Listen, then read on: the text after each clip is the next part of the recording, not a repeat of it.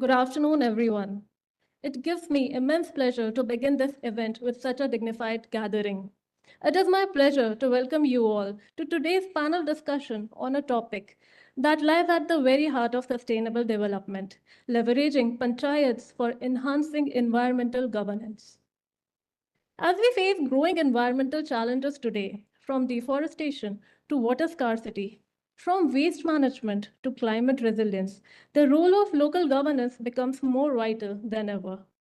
Panchayati Raj institutions, with their grassroots reach and intimate understanding of local ecosystems, are uniquely positioned to share the mantle of environmental protection.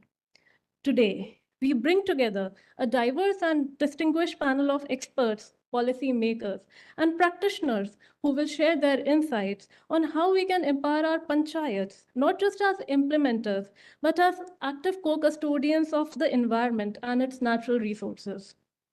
Let us explore how decentralized governance can be a powerful tool in safeguarding our natural resources and securing a sustainable future for all. With that, I now invite our esteemed panelists one by one to kindly grace the stage, and I would request you all to welcome each one of them with a warm round of applause. We would first like to welcome Sri Vivek Bhardwaj sir, currently serving as Secretary, Ministry of Panchayati Raj.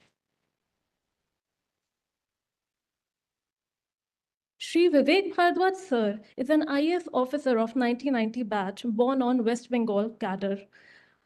He is currently serving as the Secretary, Ministry of Panchayati Raj. Over his distinguished career, he has held several key leadership roles, including Additional Secretary, Ministry of Mines, Additional Secretary, Ministry of Home Affairs.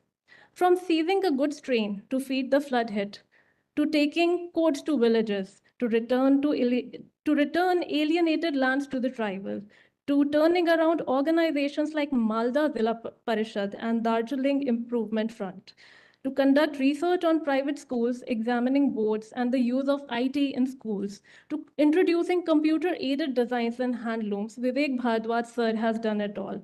He has created destinations in Kolkata as CEO, Kolkata Metropolitan Development Authority, which includes the second longest flyover in the country. He is also credited with the West Bengal Right to Public Services Act 2013. He is also known for conducting world's first auction of coal mines. While serving as Secretary, Ministry of Panchayati Raj, he is spearheading the strengthening of panchayats and effective implementation of PESA in the fifth schedule areas. His initiatives in inclusive education and digital empowerment have earned him national and international recognition, including the Scotia Award in 2010 and recognition under Stockholm Challenge Award.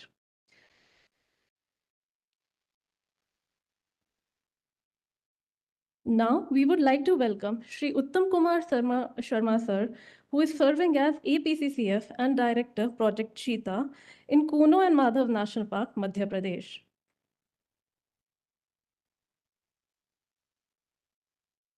Sir is an IFS officer of 1999 batch from MP Carter. Sir has held significant posts including Divisional Forest Officer Harda, Burhanpur, Dhindori, and Director of Forest Guard Training School and Divisional Manager at the Forest Corporation in Chindwara.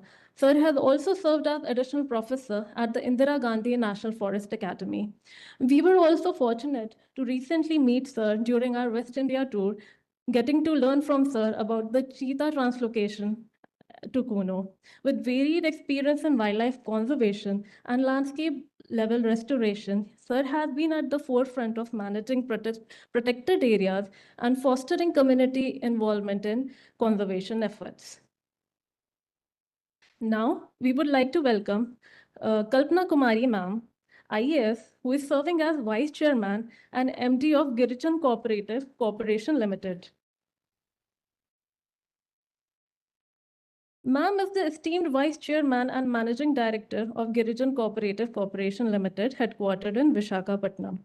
Ma'am also brings rich field experience from her role in Integrated Tribal Development Agency. At the helm of GCC, an organization committed since 1956 to tribal welfare, she drives initiatives for procuring marketing forest produce, coffee, and agricultural goods directly from tribal farmers. Her visionary leadership continues to strengthen GCC's mission, enhancing livelihoods, ensuring market access, championing tribal empowerment through sustainable cooperative enterprise. Now, we would like to welcome Shri Manmohan Singh, co-founder and CEO, Piramal Foundation.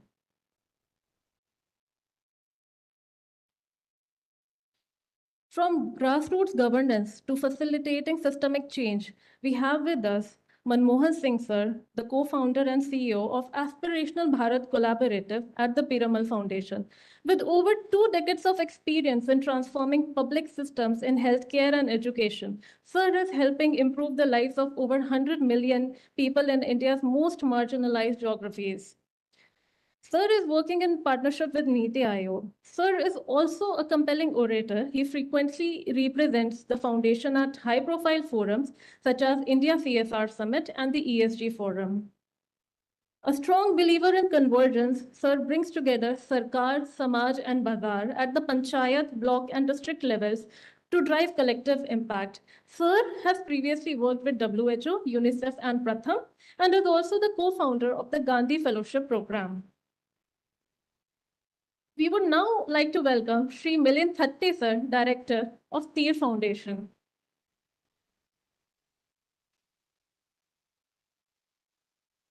Sri Milind Thatte sir is the Director of Tir Foundation, Tribal Ethos and Economic Research, which is a not-for-profit devoted to empowering tribal communities in Maharashtra.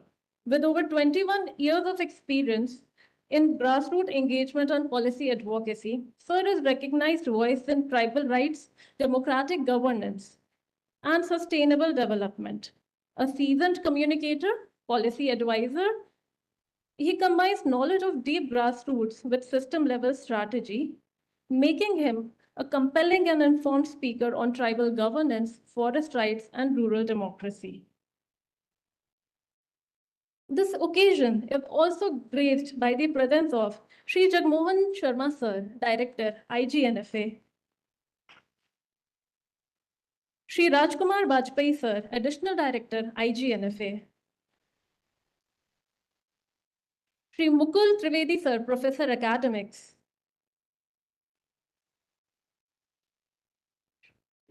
Ms. Meera Iyer, from Directorate of Forest Education, Sri Ramit Maurya Sir, a 2000 batch officer from the ITS, currently serving as the Director at Ministry of Panchayati Raj. Sri Vikram, Principal, CAS Force Sir, faculty members from IGNFA and CAS Force, my fellow probationers at IGNFA, and officer trainees from the CAS Force. I am Ritvika Pandey, an IFS probationer from the 56th RR, currently undergoing training at the IGNFA. It is both an honor and a privilege to stand before you today.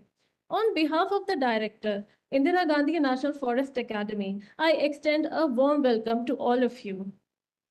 A strong economy and a high quality of life are enabled by availability of natural resources and the quality of governance. As we aspire to become a developed nation by 2047, governance of natural resources such as soil, water, and forest is critical. Panchayats, as we know, can play a critical role in conserving and enhancing natural resources at the local level, thereby strengthening livelihoods and resilience in the face of climate change. The enormity of the task requires collaboration from all stakeholders and a whole of government approach. Accordingly, this panel discussion aims to evolve a shared understanding among the different actors. As we listen to the discussions today, we play our part in furthering the collective commitment to growth, sustainability, and nurturing the seeds of positive change. To mark this moment, we have a mulberry plant here on stage. I now invite our esteemed panelists to come forward and water it together. I also invite Sri Jagmohan Sharma Sir, Director IGNFA, to join them on stage, please.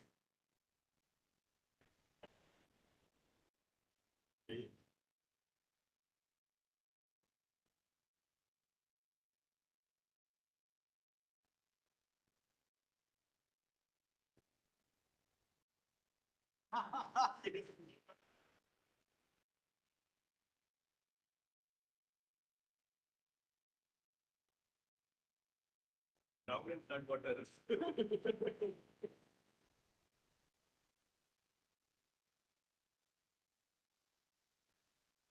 Thank you, sirs and ma'am, for this gesture. Just as we have watered this plant with hope today, may our shared insights and nourish our future growth and collective action. I would like to request Sri Jagmohan Sharma sir, Director, IGNFA, to lend his insights on today's themes and on how the probationers and officer trainees can evolve a shared vision with Panchayati Raj institution for environmental conservation. Sir.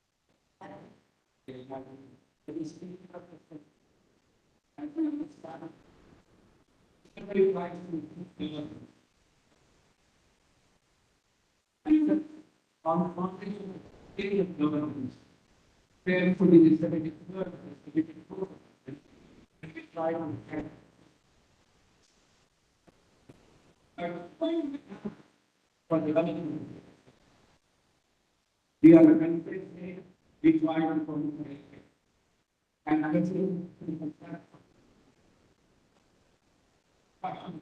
we find that the fact where this self-government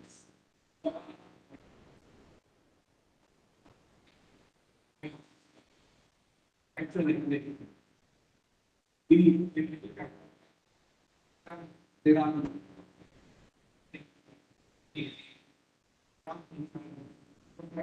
various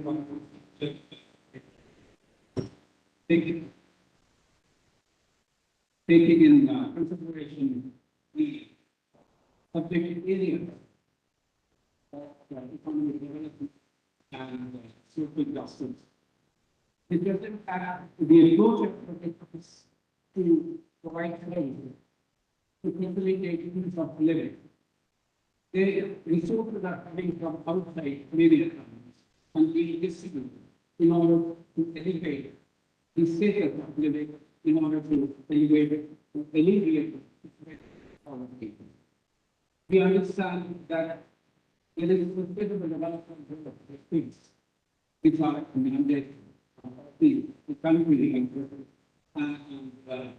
Panchayat Raj system is they can see that when person is sustainable development and they intend to do it by utilizing the action in Panchayat.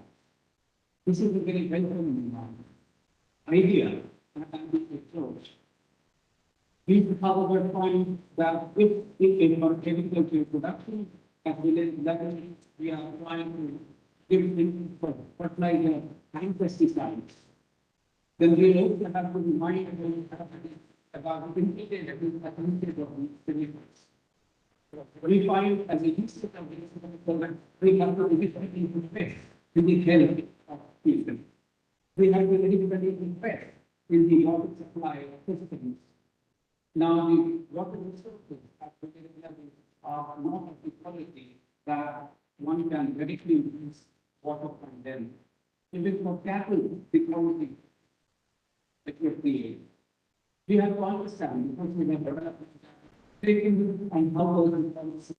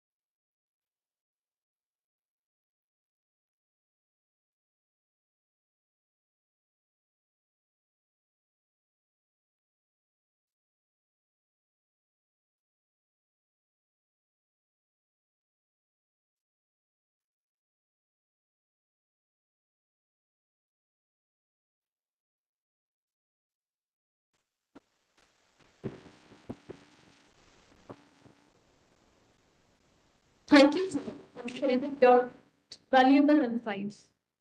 As we move ahead, we will now play a short film on leveraging panchayats for enhanced environmental governance.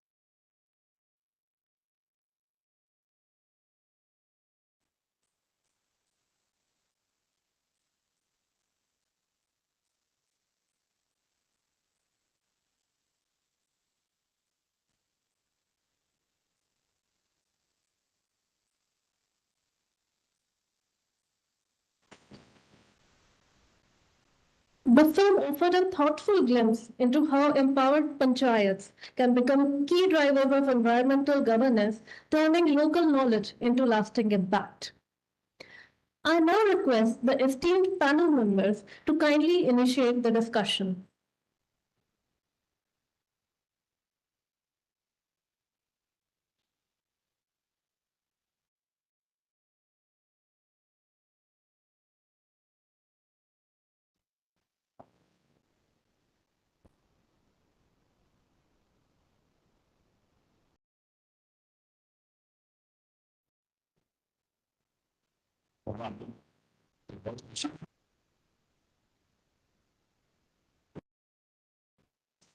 सबसे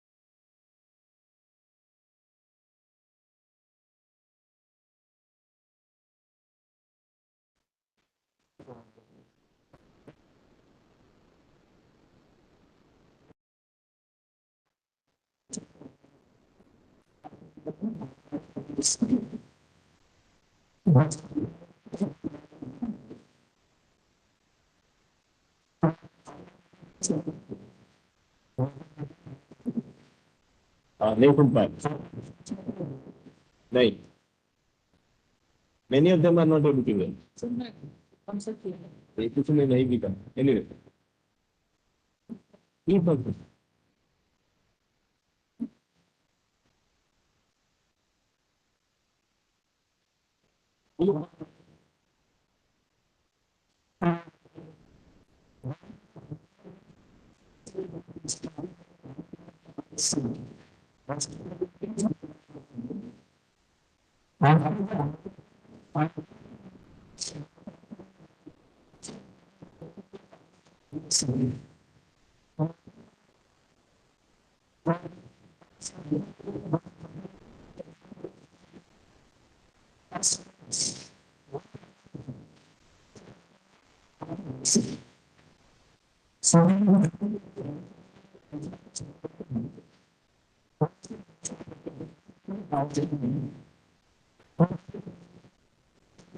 Saying that this weekend, मुझे तो बच्चों के पास जाने के लिए आपको अस्पताल के पास आना चाहिए तो मैं तो भी अपने आप को बहुत मानता नहीं वो मानता हूँ इसका हिस्सा sorry sorry sorry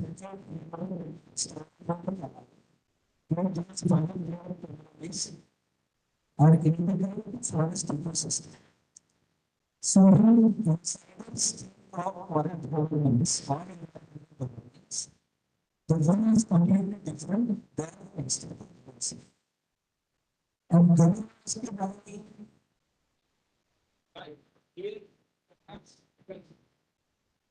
Right, what you're saying is it is getting lost in a lot of yes. I will.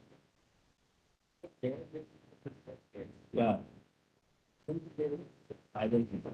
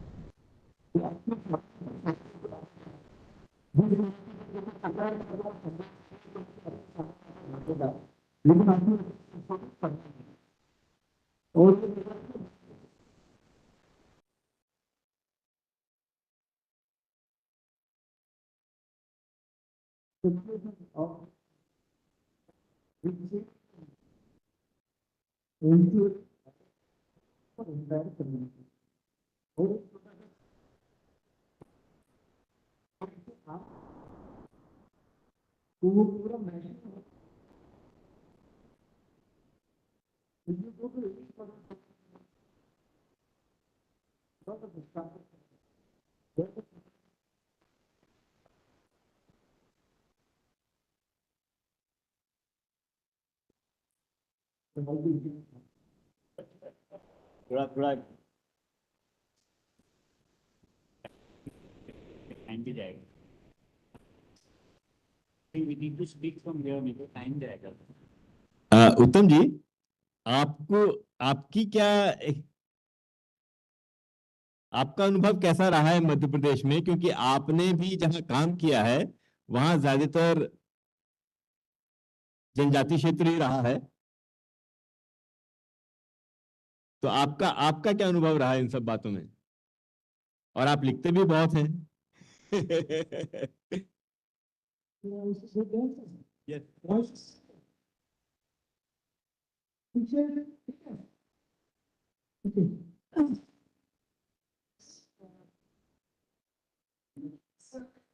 It's something I think which a personal department can surely understand. Because what is this officer and staff, they are thinking about working. So there is a different department was looking after this. But in my experience,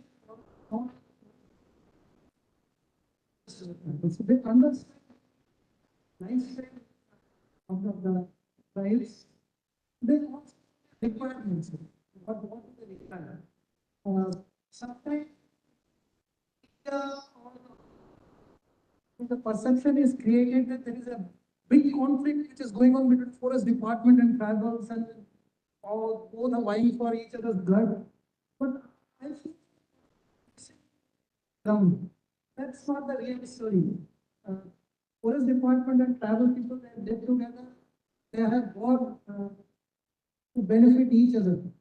And from the very first day, served as DFO since 2004 up to 2013. It's a long period, and most of my area working was in tribal areas. One Dindori was primitive tribe, Baga tribe is there. What I understand, the forest department has always served, most of the time, has served the needs of the tribal people from forest villages, just to give them better administration, better government scheme up to the last level.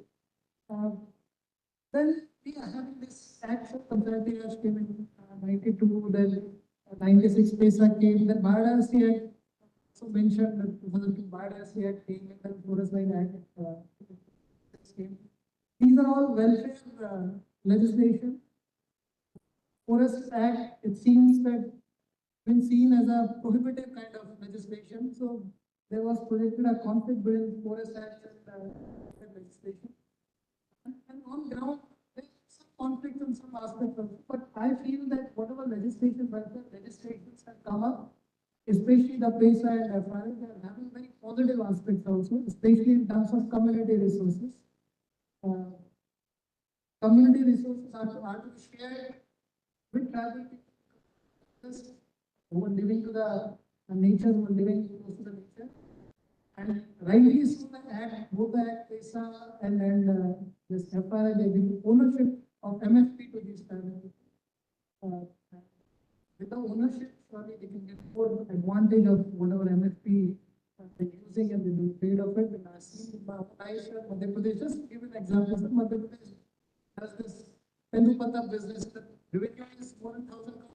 The government policy after the PESA as well as with the FRA, all the profit which is generated from the state is put back to the village.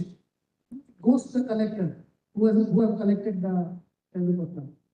So, and then it has got legal protection under the FRA because they are the owner and the profit should go down. So in those terms, Forest Department was at forefront to give this kind of benefit to these people and has worked hard to give benefit to these people. Then there are certain aspects of say the contentious aspect are just highlights of the is the issue actually we had to deal with the field that how do we proceed from there. Forest over period of time considered forest environment also considered as common heritage. It is not an exclusive job. Understanding is that an exclusive job should not be exclusively done with only one section of the society. If I am staying in a city, Delhi, we do not have much of a forest, but still I use oxygen. I use natural resources. People sitting in one place cannot be excluded for that part of the country. It has to be a shared heritage of both of all this country, all the people of this country. So in that sense, whatever direction we want to take this movement forward of cooperating, I think the cooperation is the direction. We'll have to find a way on the ground for the people who are living close to the forest and of shared heritage of heritage to put the balance in this. There should not be any fight between who will grab all these resources, and that word itself is not good. So, going forward, I think the best way is to have a harmonious kind of thing. We need more dialogue in the field so that the harmony is maintained, the cooperation. The way we have worked together in last 100 years with the rest of our forces, we can take this movement forward instead of contention, instead of fight. We'll have more cooperation. So, Kalpana, Uttamji has mentioned about, the minor forest produce, common property resources. So how is it that your organization is working in this field? What is it doing? Because your organization is a unique organization, and it is very much possible that one of these officers might head that organization one day. So tell us about your organization and the role it plays.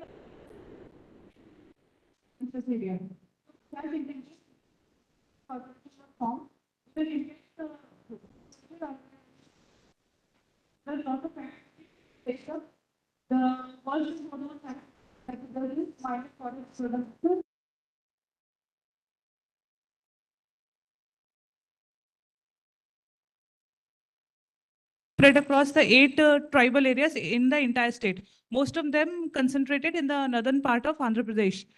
You may have heard of Araku coffee, which is one of the signature products of GCC. So we do take minor forest products. Over the years, the dependence on minor forest produce has decreased, and in many places, farmers are also now taking up horticultural or agricultural crops. So we support them in whatever agriculture, farming, or livelihood activities. And along with other arms of the Tribal Welfare Department, which is one of the most important being the Integrated Tribal Development Agency, which is an agency in every tribal area headed by an IAS officer. So that along with them, we coordinate in the field and procure MFP. That is the #1 activity. Other than that, we also extend credit to the tribal farmers. So GCC is entirely like a parent to the tribal farmers. They have the trust that if we need anything, they can just come to GCC. We also extend loans. Along with that, essential commodities distribution, which generally happens through the civil supplies department.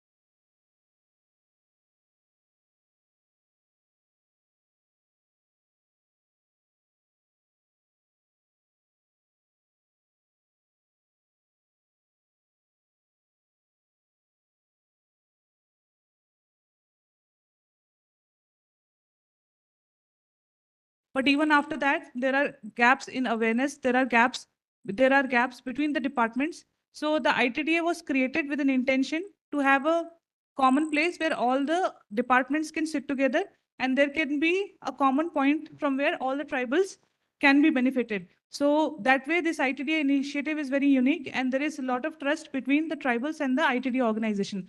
Along with that, I would also like to mention, even though we all know the common issues with the PESA implementation, all of us are aware about that, and we are probably going to talk more about that.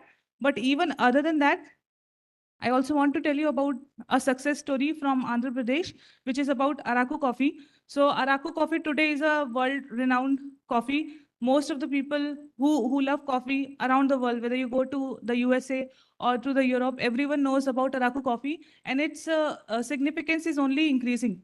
The reason being, it's a very unique coffee which is handcrafted using sustainable traditional methods by tribal farmers of Andhra Pradesh. It's very rare that you get coffee which is not commercial. It is done in a it's done in a local manner. Every farmer has a average land holding of 2 acres. So this initiative has become a very big, it's a big success story today.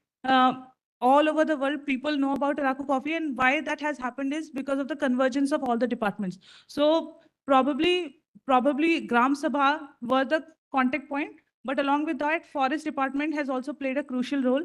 I would like to mention that we have a lot of schemes under the BD and like BMC committees. We have JFM, CAMPA, lot of enabling tools we are having today. But how it started many years, almost let's say 4 to 5 decades back, when it started, we hardly had we are very few area under the cultivation of coffee. And the farmers in those, the people in those areas, they were very much habituated to Podu cultivation, which is called shifting cultivation. So because of that, almost 100, like a lot of forest area was degraded. And with the initiative of government and with the convergence of different department, tribal welfare, Panchayati Raj department, and forest department. And so what started was they started the conservation of 100 forest compartments. So that is how it started. And it started from very small areas, and now it has reached for more than 1.5 lakh acres of land. And all these lands which did not have any vegetation, probably 4 decades back, all of them are now having trees. They are having coffee cultivation. People are earning from it. It is their main source of livelihood in that area. And a lot of FPOs, lot of NGOs are coming there, supporting the farmers and taking this story outside. So this is a very unique story, which also tells us that when all the departments come together, we can also make these stories as a success story. So sure, there may be issues in implementation, but if we understand the problems, if we come together, we can also make it a successful story. So Girijan Cooperative Corporation also has been a very crucial part in implementing the story, because we do procurement and we pay prices to the farmers directly. So if at all farmers are not able to sell their produce, it is the GCC which will take their which will procure the items and they will sell it in the market. So thank you, sir. That's wonderful, wonderful. So we've all heard of Araku coffee, but we never knew the story behind it, that these are tribal forest dwellers who are actually producing it in a very organic way. Congratulations. What is the turnover of your organization, and how is it adding value to the minor forest produce? So the turnover of our organization is about 500 crore. but it also includes the essential commodities. We also do certain businesses, the profits of which go back to our organization, including petrol pumps. We run petrol pumps in far off tribal areas. We also own some LPG gas godowns. So we also have some super bazaars, especially in those areas where other people will not be interested because of lack of business. So these operations we run, sir. And value addition, we procure many items, like I mentioned, along with coffee being a horticulture product, but it is now so tied to the lives of people. We treat it as one of the forest produce that they are taking from that area. Other than that, products like shikakai, soap nut, we make shampoos, we make hair wash, and they do very well. Any person from Andhra Pradesh knows the value of GCC. It's something they grow up with, and we also make efforts. Andhra? Very few this time. One person is there. Yes, sir. So we do value addition, and along with that, in all the whenever there are events, we also do promotional activities for these. And whenever there are state level, national level, or even international level events, we do send our farmers directly to those places for exposure. Manmohan ji, Milan ji first talked about his understanding of environment governance. So what is the local wisdom that you have? So what is the local wisdom that you have encountered while working in these areas? Thank you. Namaskar everyone. I hope you can hear me. I come from a village and I studied under Mahua tree. Maybe I'm sure you guys know about Mahua more than I do. 5 years, one teacher, chicken in hand. And we had to walk 4 kilometers one way to attend the middle school every day. When we went to middle school, almost I think half of the primary schools were not there. And what you hear is simple one line that the child is no more. Right? What you hear is that they migrated and they never came back. God knows where they were. And when I went to college, and that time I started looking at the number and lot of other perspectives, and realized that, and a lot of people have written about it, and you know, if you read like 100 years ago, what happened, 500 years ago, 5,000 years ago, like directors I was speaking about nature. When you read the decolonization, and you hear that, South Globe in particular, we were living in a, nature was like a part of life. That you can't live, separately with the nature. And we know that the rivers and forests and mountain are either deity or a divine for us. But when colonization began, I think there were a lot of new thoughts that nature, you have to, humans are superior than the nature, and you have to use them for your well-being.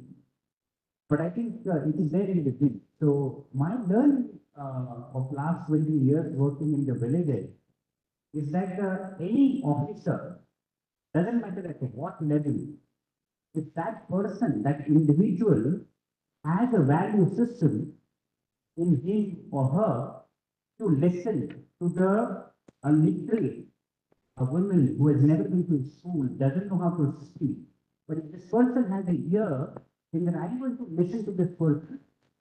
I'm going to listen to the Gram Panchayat or a committee or a young people who are just laborers. I think that's when new insights get generated. So I think my learning is that, there are multiple ministries got created and there are histories that why these ministries were created at what point of time. So we are caught up in a departmental or ministry goal. That is important because we have to design ourselves in a way to deliver something.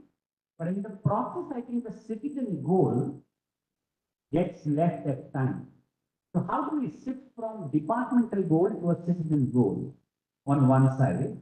And that's become extremely important.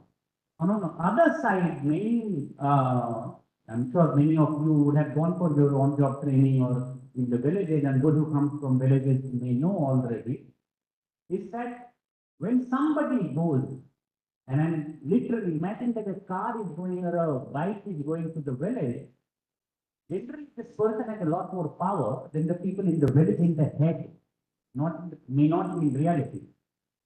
And the village, there is expectation that you will give something, whatever it is. There are multiple seeds we have, you will give or you will allow, quote unquote, right? And they will receive. I think until unless we change this perspective, from looking at it as a community, a forest lawyer, or whoever we are working with, citizens, as a recipient of services to a co-creator of solutions. And I think wherever this happens, even at the panchayat level, if some officer is able to make that happen, changes are happening. There are panchayat who is a carbon neutral, 100% carbon neutral in Jammu Kashmir. There are panchayat in Tamil Nadu who, they put their windmill from their own pocket and they are able to do wonders. There are panchayat whose one source of revenue is more than, all money put together in the panchayat. So wherever this has happened, the trust and the belief and the ability to bring people together and actually see value in that, that's when transformation happens. Whereas you say, I'm from education or I'm from, forest department. Now the question is, who is going to be the initiative taker? Why should I take it? Actually, if you get into that, I think that's when it cracks, falls into the cracks and it doesn't change the situation on the ground.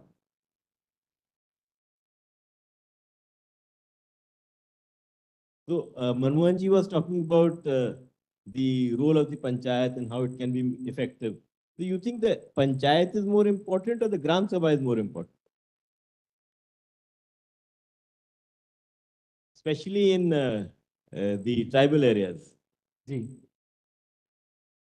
वो पंचायत और ग्राम सभा में एक अंतर ये होता है कि ग्राम सभा के पास ऑलरेडी लोगों का विश्वास है और पंचायत को वो कमाना है। पंचायत कॉन्टेस्ट से बनता है, इलेक्शन में कोई जीतता है कोई हारता है, तो कंपटीशन से बनता है पंचायत। और ग्राम सभा कंसेंसस से चलता है, सहमति से चलता है।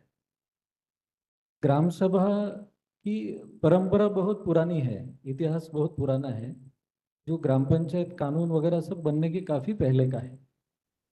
और ग्राम सभा के हमें मतलब उसके मेंशंस मिलते हैं वेदों में, महाभारत में, जातक कथाओं में, सब में मिलता है। और उस ग्राम सभा में गांव के सारे लोग इकट्ठा बैठते हैं। आपने अगर पारंपरिक पंचायतों के बारे में पढ़ा हो, सुना हो, तो उसमें ऐसे होता है कि पंचायत और पंच मतलब 5, इसका कुछ लेना देना नहीं है। पंच का मतलब होता है रेफरी या जूरी। कोई विवाद निवारण करने के लिए, for conflict resolution, if a body assembles, it is called panch और पंचायत। वो कितने भी हो सकते हैं संख्या में। And villages had these assemblies of managing their affairs, which included all the communities, castes and tribes in one panchayat. This was not caste panchayat. इसके बारे में 1901 में, 1905 में अंग्रेजों ने भी लिख के रखा है। और बाद में ये सब खत्म होता गया क्योंकि अंग्रेजों ने इसको खत्म किया। और आप लोग जानते हैं कि बहुत सारी लड़ाइयाँ जनजाति समाज ने लड़ी।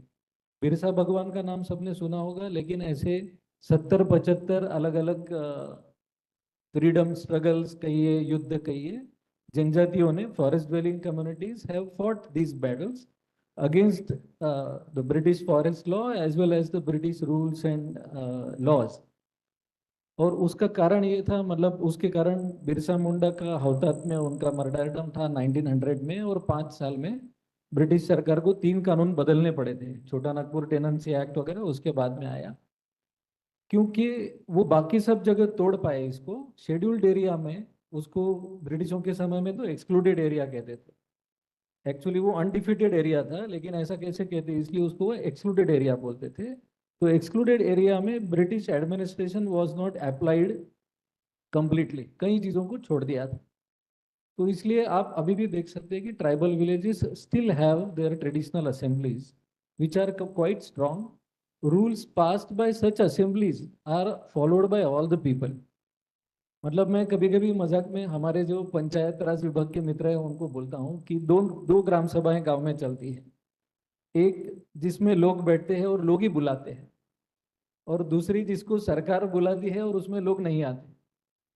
जहाँ लोग पहले से ही इकट्ठा बैठते हैं वो ग्राम सभा बहुत पावरफुल है। और पेशा और FRA both acts recognize this Gram Sabha, which is held usually at a habitation or hamlet level and not in the Panchayat, because Panchayat is notified as per population criteria.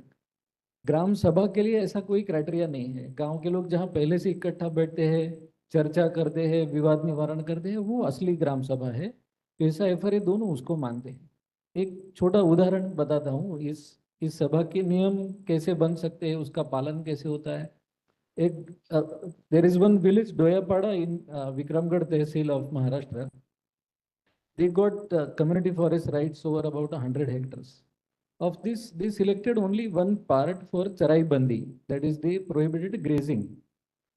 And 11 neighboring villages opposed this. So once they gathered all of them, all 11 neighboring villages gathered in this village, pressurizing them to withdraw this. But they said, we have resolved this. We are not letting our cattle graze there. So we will not let your cattle also graze there. And then this village told their neighboring villages that we have done this before our Grama Devata. So we are not going to withdraw this. After that, the other villages also understood. इसमें थोड़ा सा forest department का एक role आता है।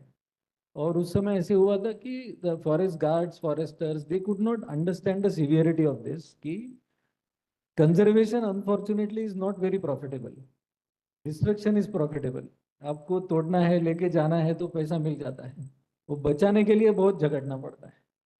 तो this village when it was not getting the support, I had to write to some higher officers and then forest department rushed for help and then this stabilized. लेकिन लोगों ने इस नियम को स्वीकारा इसलिए कि उनकी ग्राम सभा ने वो बनाया था। So people follow the rules they make. ये बार बार हमें अनुभव होता है। तो मैं यही दोहराना चाहूंगा कि ग्राम सभा की शक्ति और ग्राम पंचायत की शक्ति को जोड़ सके हम लोग, तो दैट विल मेक वंडर्स। तो पेशा इसीलिए रिकॉग्नाइज करता है ग्राम सभा को। जी जी।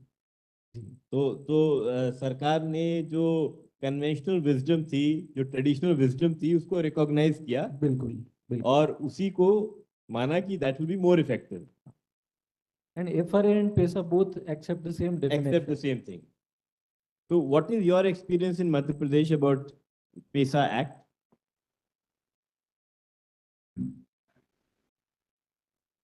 PESA Act it came into being in November 2022, sir. Quite late in Madhya Pradesh, even though it was the having highest amount. So it's still early days, sir, for anything to be concluded on PESA. But we are seeing FRA being implemented and both are on the same lines, sir. With respect to Gram Sabha, as you already said, that the Gram Sabha in every hamlet should be there. So we're working under FRA also, it has been working. Yeah, so surely. And sir, if you look at the history of involvement of people in the forest management, the Madhya Pradesh, I think, was the pioneer in having this. Government of India came out with this JFM policy in 1990. And Madhya Pradesh, the first committees, joint forest management committees, were formed in 93. I think those are the first committee for the country. And now nearly more than 30 years have passed, and we have seen some very positive results of this. Even before FRA, when we were talking about sharing revenue money with Gram Sabhas and committees, Government of Madhya Pradesh in 2000 by its resolution decided to share the timber profit with the JFM committees. So earlier we were sharing 10% of timber profit with the Gram Sabhas, with the villages, from where the felling, silviculture felling has taken place, the official felling has taken place. Now in 2020, it has, 2021, it has been improved to 20% of revenue. Just to give you the amount of this figure, sir, Madhya Pradesh last year generated 1,500 crore rupees from timber revenue. And out of that 1,500 crore of timber revenue, 20%, that is 300 crore, is being flowed back into the villages from where the felling has taken place. Now, it has its own advantage. When the silviculture felling takes place, then the employment is generated. And surely the people who got employment are the people who are living close to the forest. And the traditional also, they know the work. They get the employment, and then we try to regenerate the forest for next 6 years. We do the conservation work in those areas for next 6 years. Their employment is assured. Where the felling has taken place, the employment is assured. And at the same time, they're getting this 300 crore directly coming to the account of the committee. Now they can use this money as they wish to spend. Now, this is the movement we have seen for last 20 years. It's wonderful, sir. It's working good. Um, well, this is the start which Madhya Pradesh has done. PESA also, in terms of MFP, as I already told, sir, whatever MFP is there, the ownership has been given to the committees. In terms of Biodiversity Act, Madhya Pradesh was also very active in implementing Biodiversity Act. So whatever biodiversity is being collected by big companies, the share is demanded from that, whatever profit they generate, and it's being flowed back again to the villages. So we are working well in terms of sharing the revenue or sharing the profit with villagers, and it has done very good. It gives very good incentive to villages to protect biodiversity, to protect the nature in those areas. So PESA, it's early days. I think Madhya Pradesh will excel in this also. So it will apply. So there is no hitch in applying this because MFP we are already working for last 20 years. So there is no hitch. More or less in Madhya Pradesh, it is accepted that MFP is being managed by Gram Sabha only. I mean, there is no TP restriction, barring one or two for a certain time period when we feel that there is a threat to some species. The harvest should be regulated only in those cases, but currently there is no TP restriction, transit purpose restriction in Madhya Pradesh over MFP. It's all free, or if it is required, given by grants. We'll come to the issue of TP later, because that is very critical. But what do you think are the strengths and weaknesses of PESA? Where, in all these 10 states, where is it that it is doing well? Where is it that, it needs to be strengthened further? Thank you. I think most of the laws and acts which we have, our experience has been that if we have understood why this law or act came into the place, what was the reason? And here, like we have been talking, it's a belief that the community member, those who are living in the forest, knows better than somebody who is coming from outside, and therefore let's create a system, process, a structure around that to ensure that you're able to leverage that, to create a good environment and well-being of the people and the nature. So I think if we look at this steady state, one, that it is delayed gratification sort of thing, right? That for multiple reasons, the Odisha recently started, Chhattisgarh started. But when we work on the ground in Kalahandi, some panchayat, I don't think it is because of, I can't say that this state is better than that. There are any local examples everywhere, wherever the convergence, what Kalpanaji also referred, wherever the convergence has happened between the community and the department, right? We have the success story there. Very, very good success story. And wherever convergence has not happened, law is very good, there is money, there is everything, and if convergence is not there, success is not there. So I think, whether it is Jharkhand, we take, interior areas where there are, there is something called Pathalgadi in Jharkhand. There are about 35 LWE districts where we are working, those are aspirational districts. And some of the examples we see is amazing in these districts where community has come together, taken decisions, like how Milan was saying, that they have come together, supported the department. But somewhere, wherever there is a fear or insecurity or distrust on the individual, so basically, generally we say government. what do you mean by government? Finally, it comes down to one individual or 10 individuals, right? And experience gets created through those 5, 10 individuals that translates into trust or mistrust. When we, about 8, 9 years ago, when we started our work in Gadchiroli again, Bhamragarh, which is extreme down. A lot of people suggested, don't go there, and we run something called Gandhi Fellowship Program. Young people come from best colleges in India and go and live in the village. In the while you're going there, it is a problem. We had no problem. In fact, we learned so much living with them that why there is a mistrust. And that we are able to, little bit build the trust between the community and the last mile workers of education or health or forest or any other. So my learning is that identifying the one or two states where it is happening best is difficult, but identifying panchayats where it has happened, there are many panchayats. And I would love to just mention, and you're moderating, you're not speaking, I would want you to speak as well, because the topic is, extremely important in my view, panchayat. For everyone's information, I am sure everybody definitely knows about sustainable development goal. But how many of you know about local sustainable development goal? Can you just raise your hand? Local sustainable development goal. Now, imagine that India is the first country who has put together local sustainable development goal in, and Vivek has done so much of work around that. What is the idea? That unless you have broken down into the last goal, which, people on the ground can do, it is very difficult to do it. So 17 sustainable development goal has been broken down into 19. And I think we have experienced a lot on the ground in last 2, 3 years, particularly last 12 months, where Panchayat is able to put together their goal. In the Gram Sabha example, let's say if you say, sustainable development goal 2 or 3, how will they translate into some action at the village level? So now there is a thing called healthy Panchayat. Now, what do you mean by healthy Panchayat? How do you translate that into final Gram Panchayat development plan?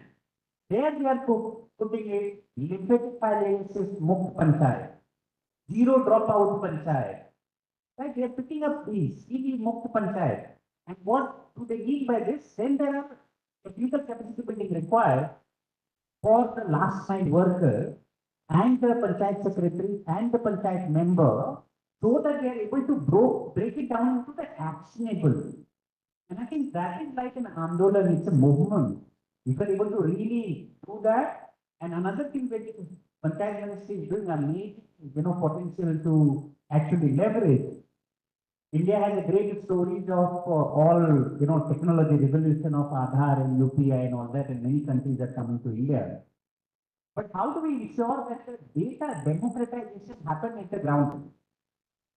Now, even if the forests you might be using drone and we used to satellite technology and all that. But how will sarpanch or a punch or a farmer is going to use that data, right, at a Gram Sabha level, at a community level? If you don't look at that, then it is difficult to actually leverage the potential of the data and technology. There also, I think Panchayat Ministry has started something called Panchayat Advancement Index. And a lot of work has happened through that. I mean, this data is available at the Panchayat, and there is a tool called Gram Panchayat Development Plan. And if the technical capacity is built around this, I think this will, create revolution. And this may not happen again if we don't build the trust and if we don't bring people together. So that's my experience around it. No, very well said. But I would now like to get into something more contentious. So, so Milinji, what do you think are the points of contact between forest department? We have forest officers here who are going to become brilliant officers in the future. And of course, the tribal, their rights, forest rights. Are there any points of contact which needs more strengthening? जी मैं काफ़ी forest officer से झगड़ा भी कर चुका हूँ और कई सारे मेरे अच्छे दोस्त भी हैं, तो डायलॉग और डिबेट दोनों साथ में चल रहा है हमारा। एक there is one systemic shift after coming of FRA.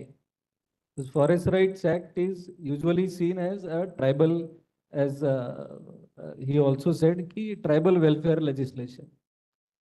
But I think a bigger or the core of Forest Rights Act is it is the first act, first law which brings together conservation of forest resources and forest dwelling communities' rights together.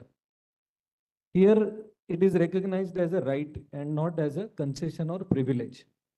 Concession privilege का ऐसा है कि आप कभी दे सकते हैं, उसको वापस भी ले सकते हैं, जो देने वाला है वो उसको वापस लेने का भी अधिकार रखता है. But forest rights become inalienable because the act recognises forest dwelling communities as integral to forest ecosystem. Dispensable नहीं है वो. तो ये एक बड़ा शिफ्ट है हमारे देश के फॉरेस्ट परसेप्शन में, और इसको ऐसे नहीं देखा जाना चाहिए कि ये ट्राइबल मिनिस्ट्री का कानून है और फॉरेस्ट के कुछ अलग कानून है. कभी कभी ऑफिसर्स के मुंह में ये भाषा आ जाती है कि तो ये तो ट्राइबल वालों का कानून है. कानून तो संसद ने बनाया है, इसलिए सबका है. उसका नोडल मिनिस्ट्री कोई भी हो, as citizens all of us follow all the laws और are at least suppose to follow all the laws. JFM जो है, it has been a great exercise in many cases. I mean, I have also worked motivating communities to participate in JFM. But JFM continued to be a benevolent gesture. एक अच्छा काम, एक अच्छी पहल, इतना ही था.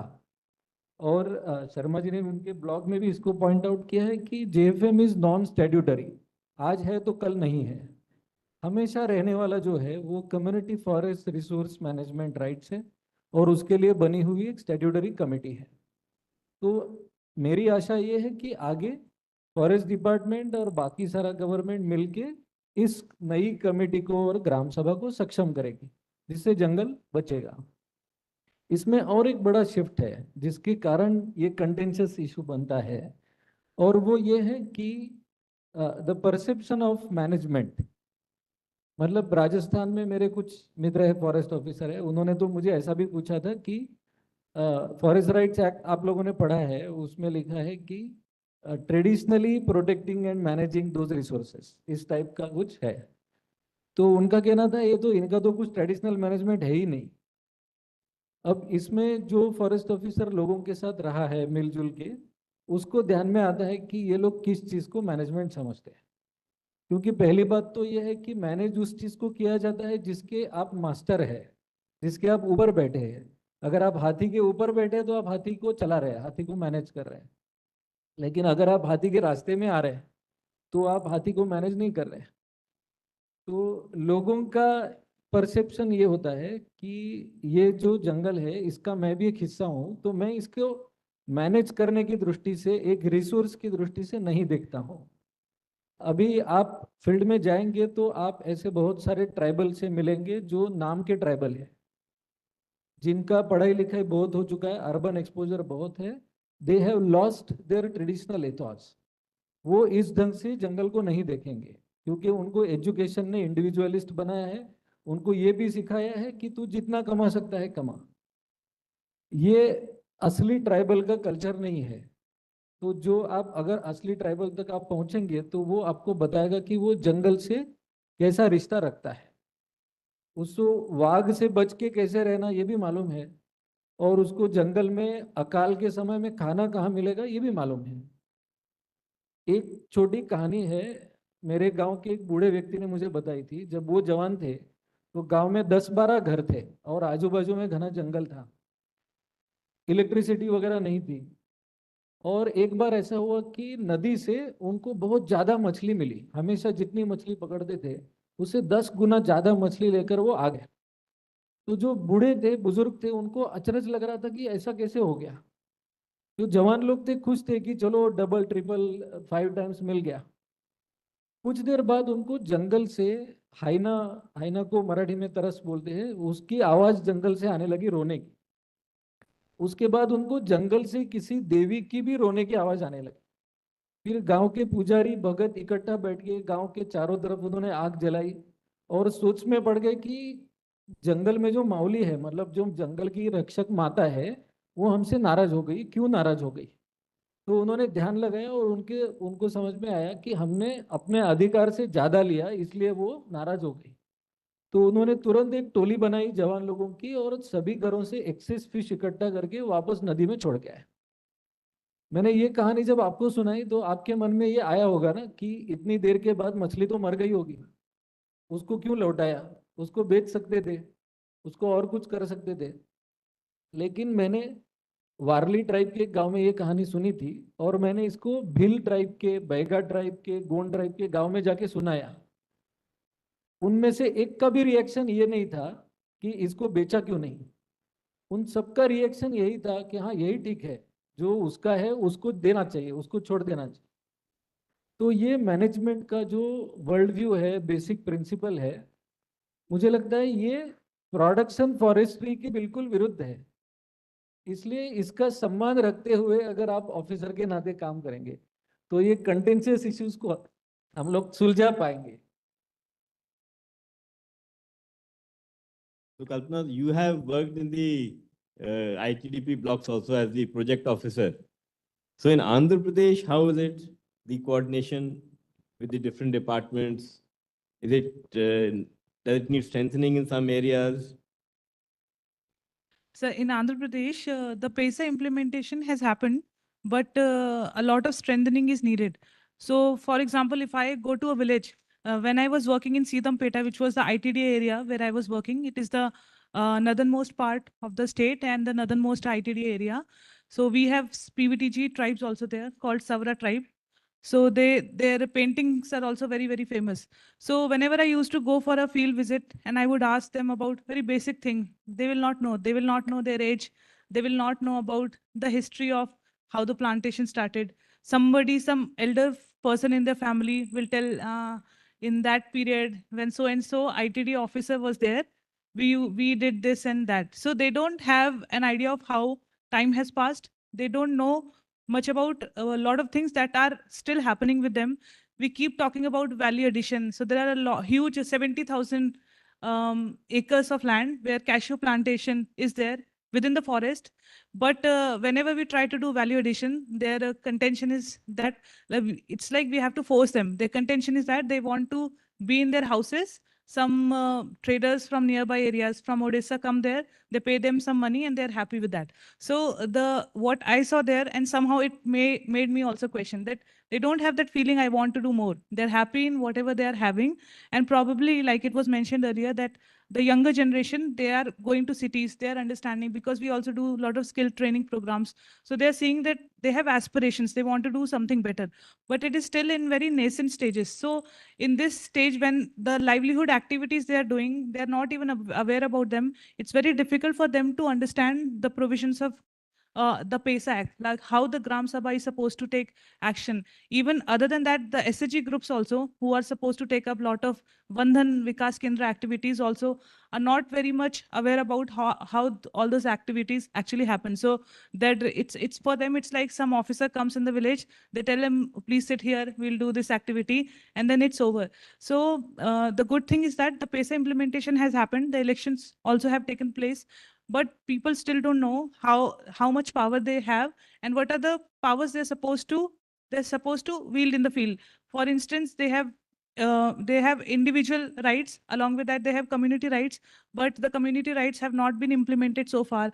And last year there was a question when we were discussing this, the community rights, how they should be granted. So there was a discussion going on that we have to grant community rights, but there was no provision. So every time we go in a village, people will ask, we need a cow shed, we need a common area where we want to sit together, have a meeting. So the problem is that they don't have a place to sit and have a Gram Sabha itself. So the question of the Gram Sabha coming together and deciding on important matters is a bit difficult.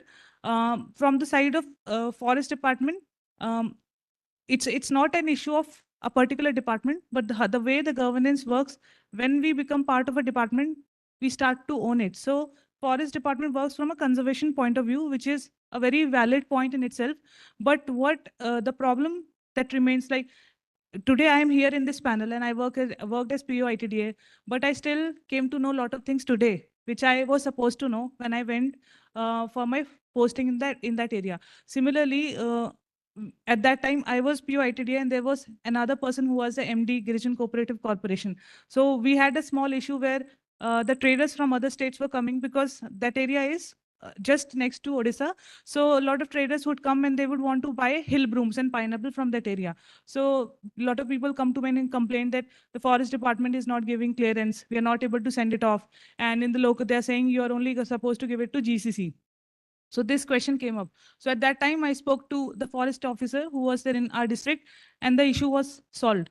But again, now after 1 year, I am now MD GCC, and I still hear an issue. Somebody called me, the district collector called me, and he said there is monopoly of GCC over the MFP. So you're not, so you're supposed to give a license. So I clarified, no, it's not like that. The PESA has clearly told that the farmers, they have to take decision. If there is a Gram Sabha resolution, they're good to go. But still, sir, at the field level, there is still issues of awareness. And we are at the starting point here. All the future forest officers are sitting here. And probably because I'm still very new to this service, 6 years into this service, I'm also learning a lot. So one thing that I would want to share is whenever what I've seen is whenever we talk to any department, people are always willing to do good for people, for the people who we are governing, but we need to come together. So first of all, the awareness is very, very important. So one message that I would want to share with all of you is that since we are all sitting together and since this is an issue which is a countrywide issue, probably being aware about the provisions of the acts is very, very helpful for all of us. Secondly, the most important issues that we face is working in silos. So these may sound very cliched because we are coming back to the same things, but I think the final solutions come from the easiest and the most simplest solutions. So in the government, we keep seeing new initiatives, but nobody talks about maintaining the things that are already happening. Why school education doesn't improve? It is not in improving maybe digital classroom. It is strengthening in what already exists. So what I feel is, because I have also seen it myself. Today, I am working as MD of Girijan Cooperative Corporation. So we have an issue with, let's say, Civil Supplies Department. We are having some old funds that we want from them, but they point out that there was some kind of issue, so we cannot release the funds. So today, my view may be that, no, it is wrong. You're supposed to give that payment. But tomorrow, I may be MD of Civil Supplies Department, and then I will take a opposite stance. So the real question is whether you'll take the same stance if you are on the opposite side is the question. So what I would like to stress again, so these kind of issues, the title issue, and one more example that I would like to give is the Janman housing pattas. So in the tribal areas, especially for the PVTGs, from the Ministry of Tribal Affairs, we have received housing pattas, but somehow there is no permission from the Forest Department to construct those houses. So this is again one of the examples where there are provisions, and if people sit together, there will be definitely a solution. But again, we are working in silos. Nobody takes a decision. Nobody knows. There is no clarity of role. So if we come together, if we have awareness, and the most important part, if people are made aware, capacity building is done, I think it will take place. It will happen on its own. Currently, I would say the market forces are responsible for the awareness. So let's say in the example of Araku, because it has picked up in the international market, a lot of NGOs are coming, a lot of private companies are coming. Any big name that you take, from Tatas to Mahindra in Mahindra, all the people are present in that area. And that is how people are also understanding the worth of their coffee. So probably if from the government side, it takes time. In the meantime, the market forces will probably make them understand. This is the understanding from my side, sir.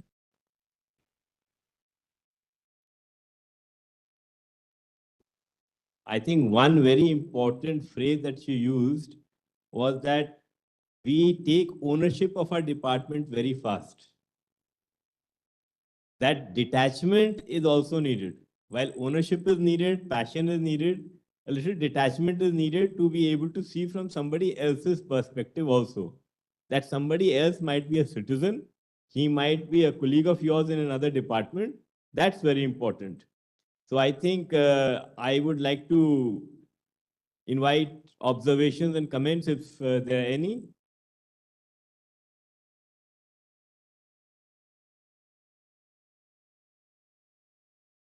Thank you, sirs and ma'ams, for that insightful and thought-provoking discussions. We now open the floor to questions. Probationers and officer trainees are requested to raise their hands before asking their queries.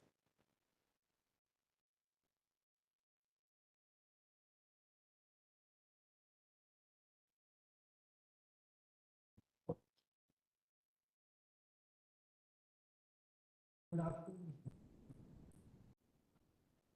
We talked about environmental governance institution. There's always a debate between development, which was exposed in the discussion. When we undertake development at the local level, we often setting up illegal ways of intervention into the forest and its resources. So how do we make tribal or local area to cover to Panchayat Raj institutions that any intervention into the forest has very broad-based impact. Like it's not just selling of new trees which will leave an empty open space, but it's the ecosystem as a whole. So how do we make them aware about the broad-based impact and how to integrate that thing in the broader developmental pathway for local villages? I mean, here, the one in the I think sir can answer because we are in class Kumar Sharma sir and we talk to us about similar aspects. I will answer, but finally he will listen to you. अच्छा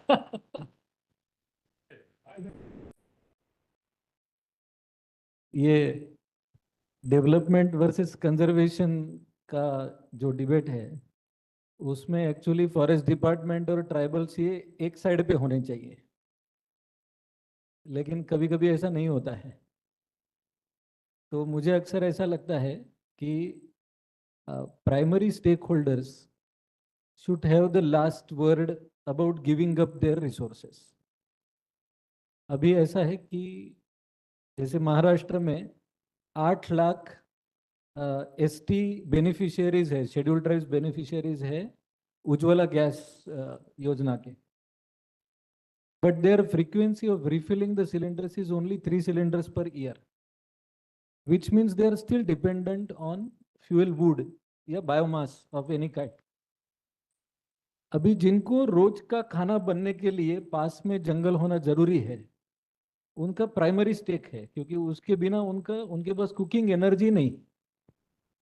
There could be a big number of such examples of having a primary stake in protecting the forest.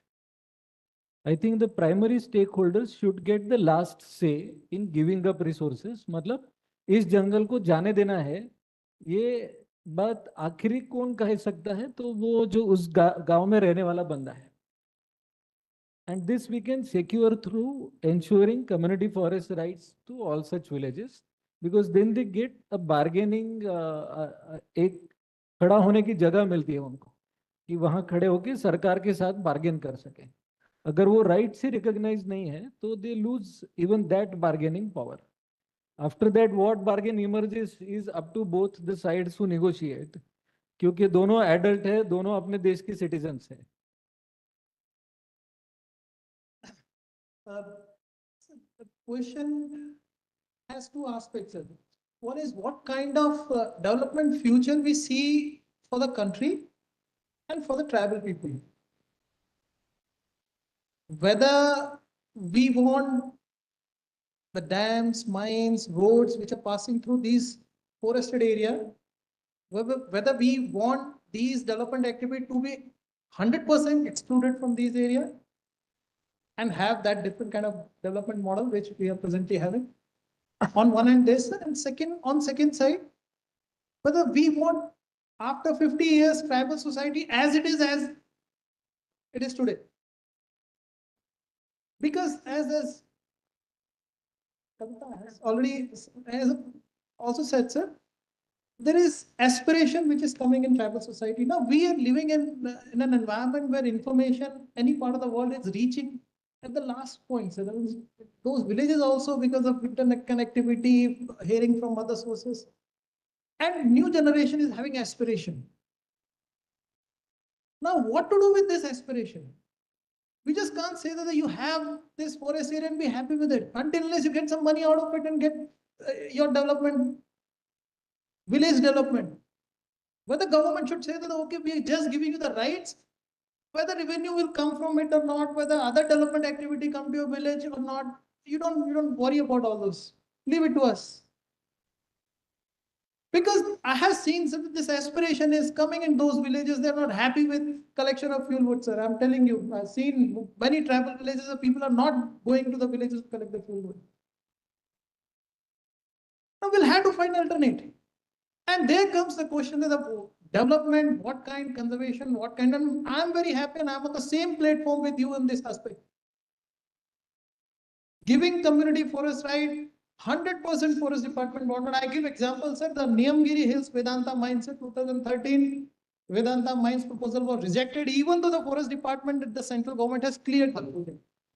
I always give this example of the who saved Vedanta forest, Niyamgiri forest. It's the FRA who saved the forest. Because Gram Sabha has rejected that we don't want mining in this Niyamgiri hill where our Dev resides. And forest department is on the same side. Sometimes forest department, because the development activity also had to take place. So forest department at times find its voice suppressed. Even if it doesn't want to divert the forest, but its voice is suppressed. Now, if we get the strength of Gram Sabha under FRA where they get the CFR rights, we can save the forest together. I'm with you that we should have CFR rights. Other problem with this also, sir, that in FRA, as you said, there is individual rights as well as community rights. Now, there is some problem with individual rights. The forest department was not happy with individual rights. It has been misused also. I think you also might agree with this. There are lots of encroachment in the name of individual rights over the land under FRA. So individual rights, forest department has problem. Out of 50 lakhs claims filed, sir, 50% is a rejection. Now, we can blame each other that the forest department is rejecting. We can say that there are fake claims. This fight can go on. But individual right is a problem. But in case of community right, I'll tell you, the forest department will be on your side. We are both on the same side because we both want to save the forest. We want road to go outside the forest. We want dam not to be built inside the forest. We want mining not to happen in the forest. If there is a mine, then what's the use of forest department? I mean, what's the work of forest department? So we want our forest to be protected from all these activities. We are on the same page on this issue. Only thing is, but we can't condemn the people to live as it is in future also. They are aspiration which is coming into those villages, and we'll have to tackle those aspirations, and it will not be resolved only by giving them rights and not giving them money. Sir.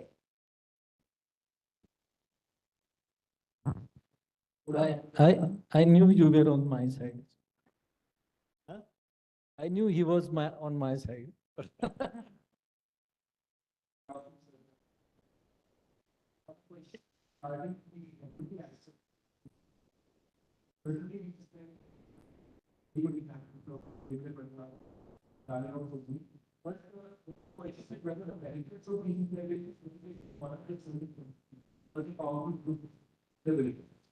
So, let's talk about locally. That is one model of equity. But something I don't think we need to bring is equity I can install one people in the land.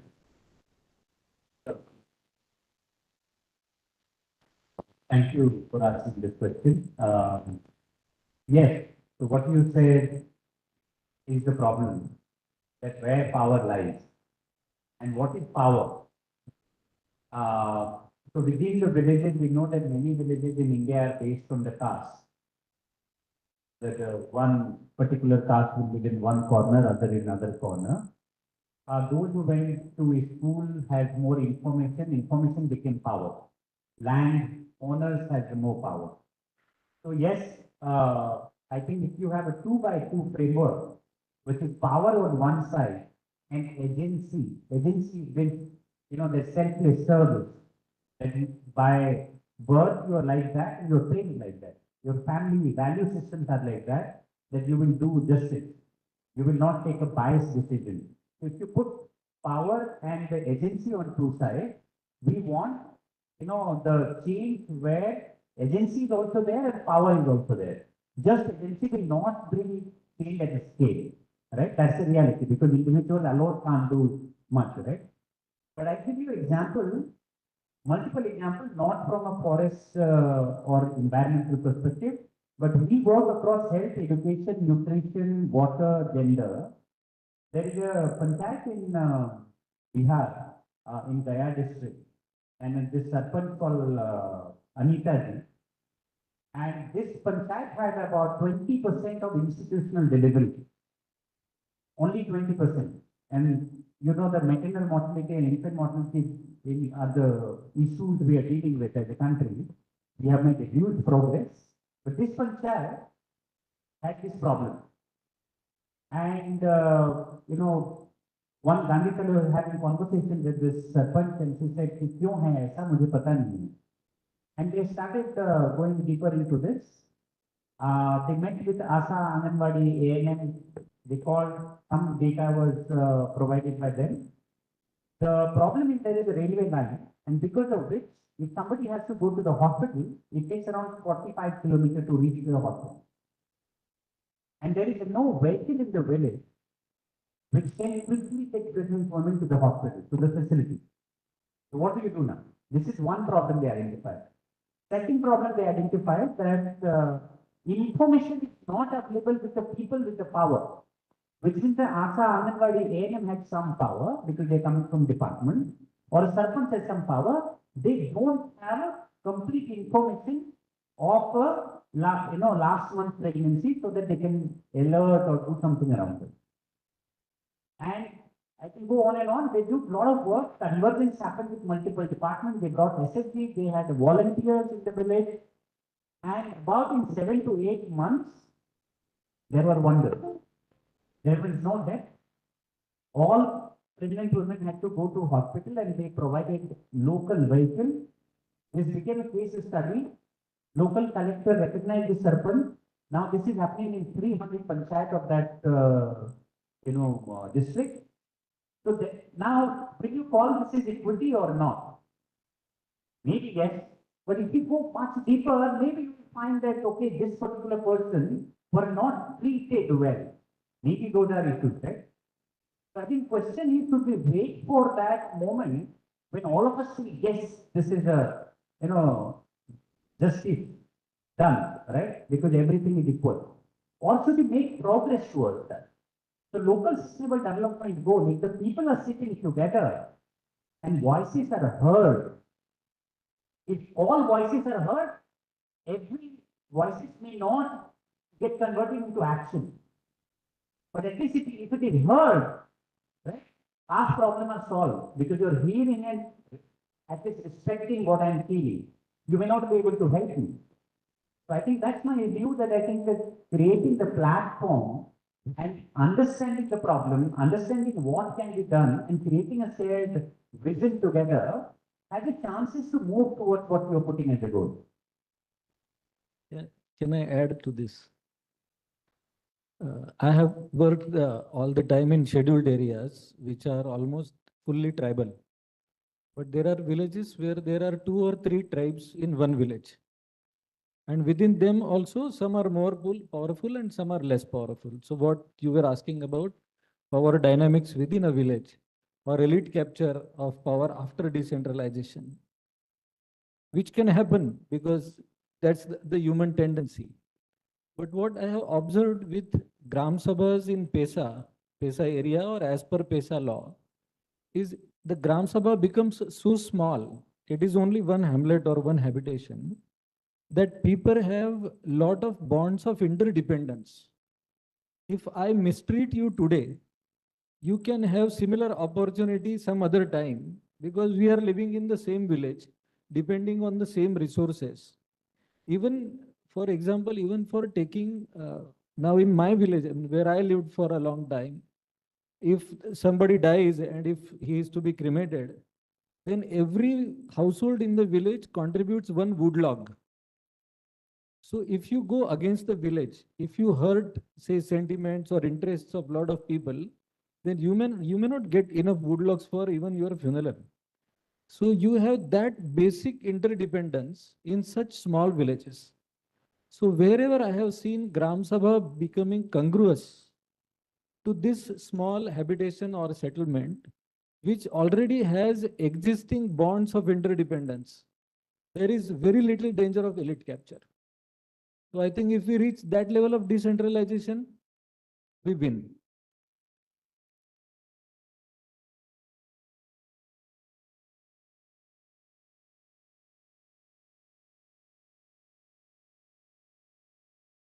Do we have any other question?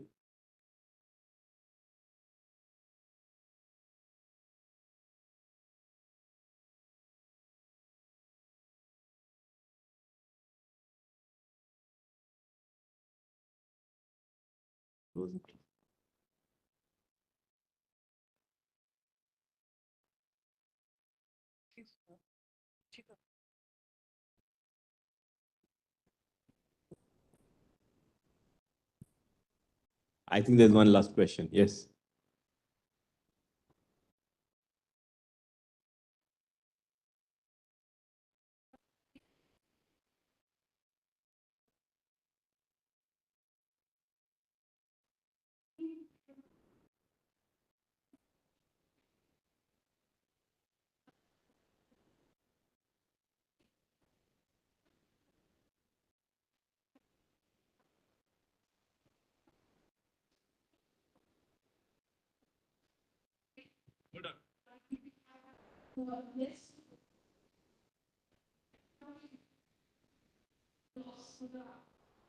What she's saying is that what are the procedural steps we should take so that the bogus claims are weeded out and the genuine people get their claims.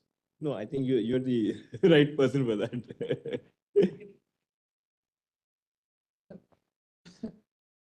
I think that's little in controversy. I think this probably not be the right forum to talk about how to weed out the bogus claim. It's very lengthy. There's a procedure given in Forest Right Act and the rules that who are eligible under the Forest Right Act.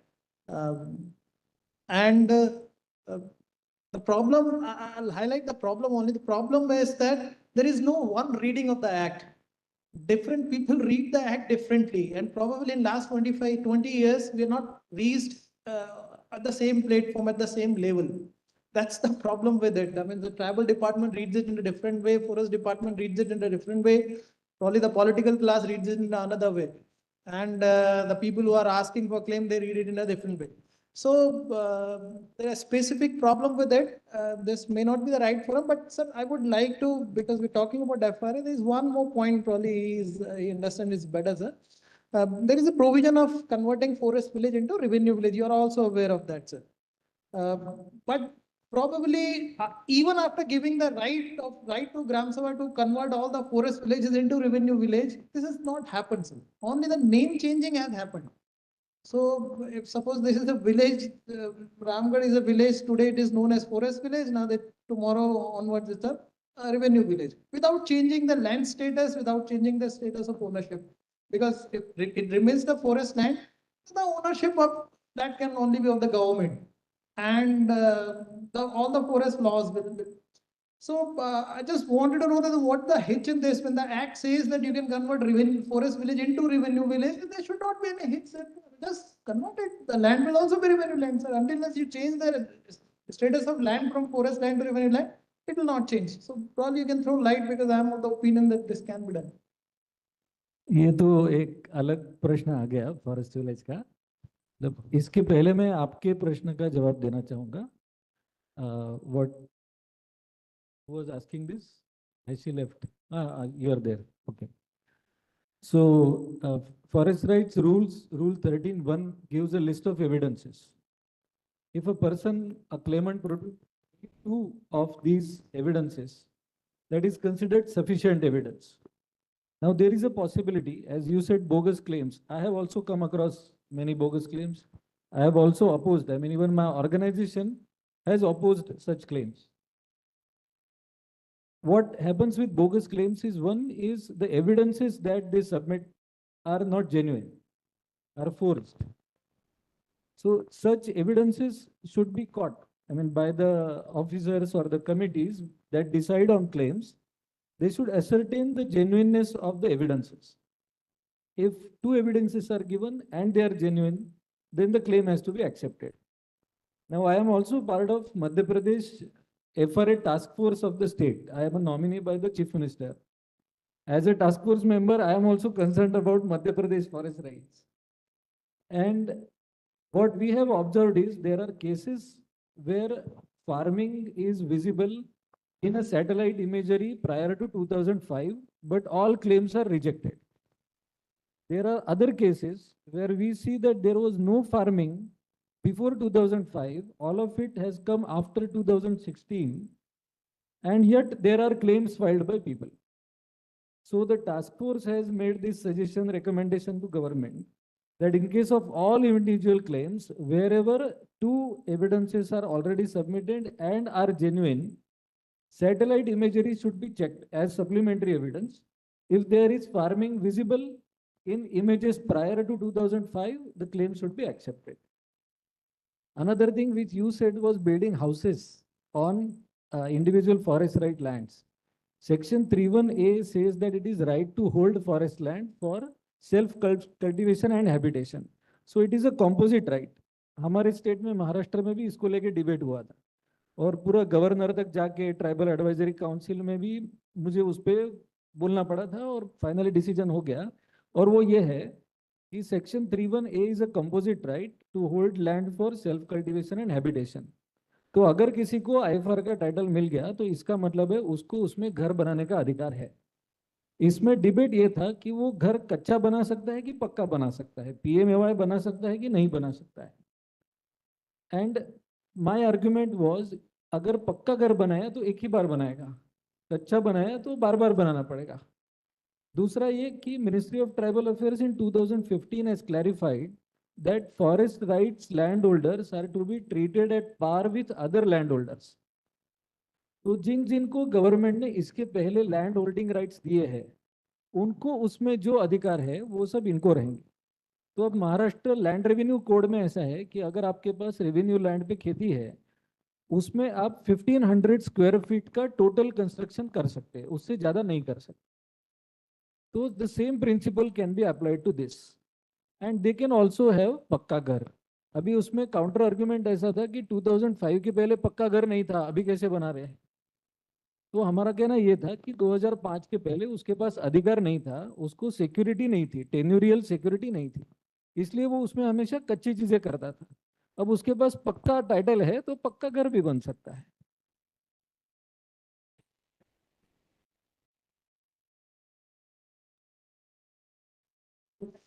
Thank you, sirs and ma'am, for the valuable perspectives.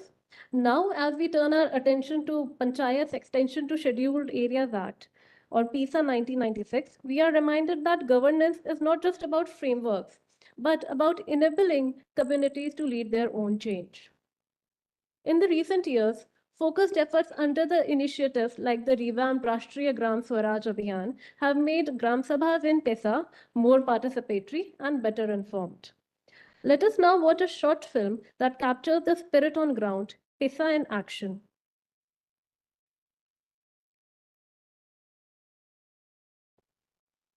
जहां पहाड़ों की छांव में आदिवासी समूह बसा है, वहां जंगल सिर्फ प्रकृति नहीं, जीवन का आधार है.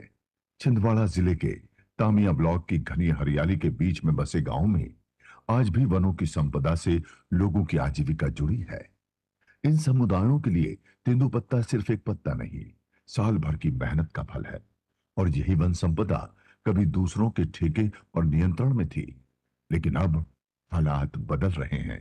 तामिया जनपद की 5 ग्राम पंचायतों की 7 ग्राम सभाओं ने वर्ष 2022 में मिलकर एक ऐतिहासिक फैसला लिया. पेसा कानून के तहत ग्राम सभा को यह अधिकार है कि वो अपने क्षेत्र की वन संपदा से जुड़े निर्णय खुद ले.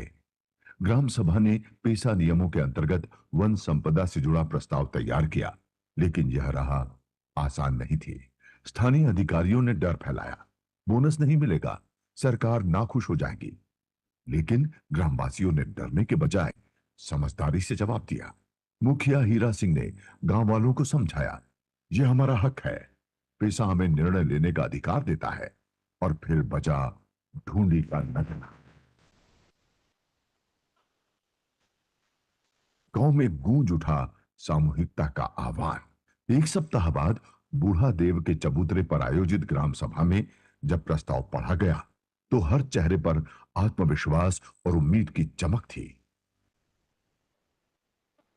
प्रस्ताव सर्वसम्मति से पारित हुआ, वन विभाग को भेजा गया और कुछ ही दिनों में अनुमोदन मिल गया। अब निर्णय था आदिवासी समाज का अपने हक में। इस सामूहिक निर्णय का असर अद्भुत रहा।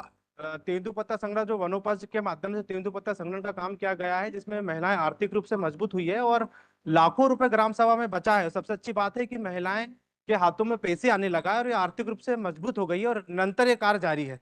122 ग्रामीणों को रुपए 1.2 लाख की मजदूरी मिली। रुपए 1.52 लाख की अतिरिक्त आय में से 50% राशि बोनस के रूप में बांटी गई। रुपए 90,000 ग्राम सभा निधि में सुरक्षित रखे गए गांव के भविष्य के लिए। और जब से तेंदुपत्ता टूट रहा है हमारे प्रतापगढ़ बादला पे, जब से हमारा इनकम हो गया है कम से कम 1 लाख रुपए का। ये केवल आर्थिक उपलब्धि नहीं थी, यह अधिकारों की पुनर्प्राप्ति थी। ये पहचान थी कि हम अपने भविष्य के रचयिता हैं। पूर्व में तेंदुपत्ता संग्रहण का कार्य वन विभाग द्वारा किया जाता था। जब से हमारी ग्राम सभा में पैसा ग्राम सभा का प्रस्ताव पारित हुआ है, तब से हमारी ग्राम पंचायत की आर्थिक स्थिति मजबूत हो गई है। ऐसा कानून ने सिर्फ अधिकार नहीं दिया, एक मंच दिया, एक आवाज दी, एक दिशा दी। और गांव ने उस पर चलकर दिखा दिया कि जब ग्राम सभा जागती है तब बदलाव निश्चित होता है। वन, जल, जमीन आदिवासी जीवन की धड़कन है और पेसा कानून उस धड़कन की रक्षा की ढाल है। तेंदुपत्ता के इन हरे पत्तों ने अब गांव को दिया है एक नया भविष्य, अधिकार, गरिमा और आत्मविश्वास का।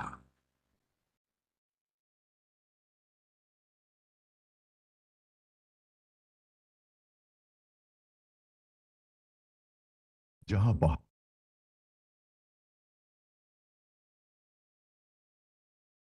The film beautifully illustrated that PESA in action means not just recognizing tribal rights, but creating the conditions for tribal communities to exercise those rights meaningfully. I shall now invite Shri Vivek Bharadwaj sir to share his thoughts with us.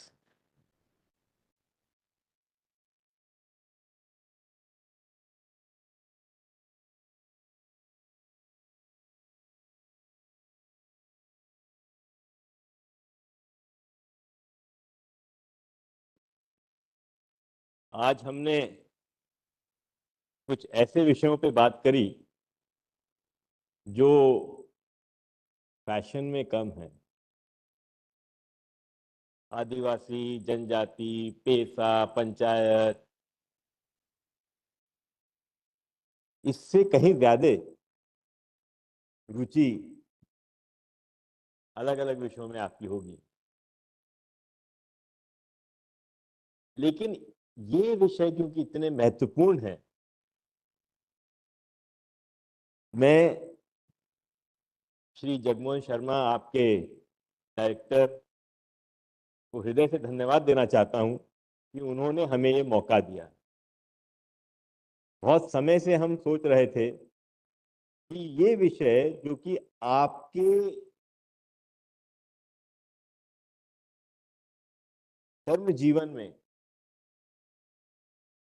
हमेशा आपको उनसे जूझना पड़ेगा, उनके विषय में बात करना बहुत जरूरी है। While forestry may be a part of your curriculum, you will not be able to conserve, preserve nature until and unless you have the community with you. And the community is represented by the panchayat. The panchayat is not something which is new. The panchayat came before the forest department. In fact, do I have friends from Tamil Nadu here? You might have heard of the Uthamerur inscription. That is an inscription which talks about the Gram Sabha 1100 years back. This is an inscription on the temple walls in Kanchipuram. It talks about the eligibility for election. It talks about the disqualifications. It talks about the ward committees, the power that a Gram Sabha will exercise. So we have had a long tradition of panchayats. Even today, many of us may be from urban areas, we may not realize the power that a panchayat wields. How many of you from villages? Quite a few, so you know. And you also know that the biggest, the toughest election in Indian democracy is of the panchayat. It is not of the parliament. It is said that when you stand for the parliamentary election, you may get lifted up by a wave. But that doesn't happen in a panchayat election. There are no waves in a panchayat election. And to get re-elected is even tougher. Hardly 30% of people who have held office earlier are able to get re-elected. When you start work as forest officers in different states, you will realize that if you have the panchayat with you, your work will become much more easier. On the other hand, if you are not able to understand their concerns, there will be conflict. I can tell you from my experience, I come from the cadre of West Bengal, which has a very strong Panchayati Raj system. I realized very early in life that one of the most critical things is to be able to communicate. And if I'm not able to get my message across to the people that I seek to serve, I will not be able to get things done. But the easiest way to communicate with the people is through the panchayat. Because you are going to be an officer there for maybe a year, for 2 years. They will trust you only gradually. However, the panchayat, the member is either a relative, a friend, a neighbor, whom they have known for years and years. So they know and they trust the panchayat more. If you want to get things done, I urge you, please have the panchayat by your side. In later years, you will find that your Gram Pradhan, when you become a DFO, maybe he's become an MLA. And when you go even higher, you will find he's become a minister. The Chief Minister of Rajasthan used to be a Gram Panchayat member. The Chief Minister of Chhattisgarh used to be a Gram Panchayat Sarpanch. He was very eagerly telling me that he was elected unopposed for 3 terms. So that is the kind of pride that people have in being with the panchayat. This is the time for you to learn, to understand how we can serve forests and through the forests this country better. I wish you all the best. Thank you. Thank you, sir, for the valuable insights. Now, I would like to invite Shri Ramit Maurya, sir, to convey his vote of thanks.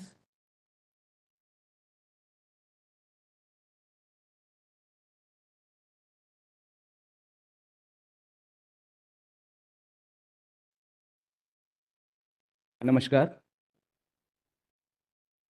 We have come to the end of this panel discussion. We had an intensive and fruitful discussion on the subject of leveraging panchayats for enhanced environmental governance.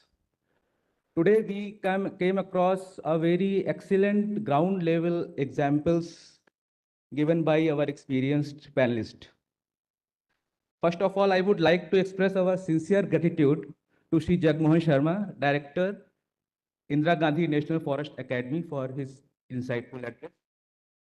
I would like to express our gratitude to Shri Vivek Bhardwaj, Secretary, Ministry of Panchayati Raj, for his inspiring words.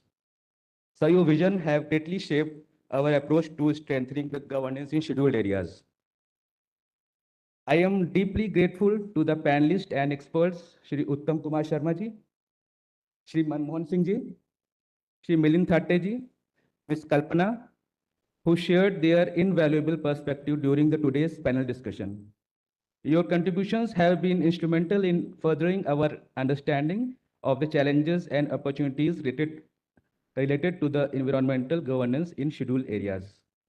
I also wish to thank to Shri Kunal Angrish, Coach Director, Academy, and his team for all the efforts and support on organizing this panel discussion. With this, on behalf of Ministry of Panchayati Raj, I would like to offer heartfelt thanks to all the IFS probationers of 2024-26 course for attending this panel discussion. And I hope that you now have more insights regarding the various challenges and insights in environmental governance in scheduled areas. I also wish to thank two officers of the State Forest Department and the faculty members of National Academy who have attended this workshop. Last but not the least, I extend my appreciation to all the team of MOPR and National Academy for making this event a success. Thank you.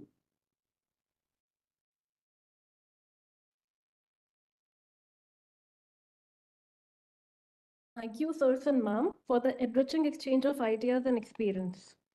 Before we conclude, I would like to invite Director Sir, IGNFA, to kindly grace the stage and present the mementos to our esteemed panel members. As a token of our appreciation, we present a memento featuring the Ipan art from the Kumaon region of Uttarakhand. It is a traditional ritualistic art signifying prosperity, protection, and auspicious beginnings.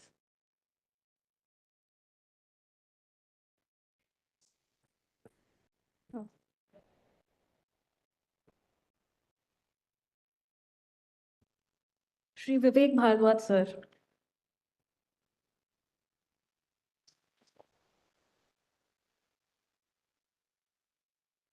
Shri Uttam Kumar Sharma, sir.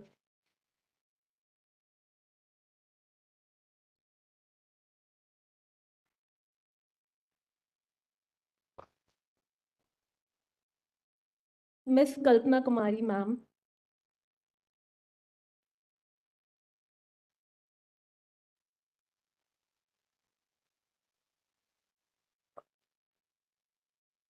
Shri Manmohan Singh, sir.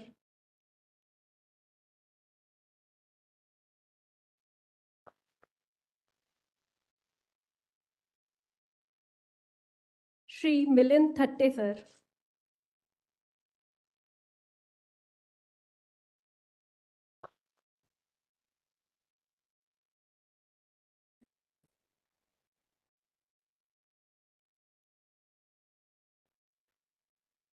To conclude the session, I would like to thank all the senior officers on the dais and other expert members for taking their time from their busy schedules to be a part of the panel. I would also like to thank Director IGNFA, Additional Director Sir, and Professor Academics for their continuous support and guidance. I thank the staff of IGNFA involved for their hard work and efforts in arranging a smooth session. I would now like to invite the dignitaries and invitees to join us for the high tea outside the auditorium. Probationers are kindly requested to remain seated until dignitaries have exited the auditorium. The probationers haven't got the book.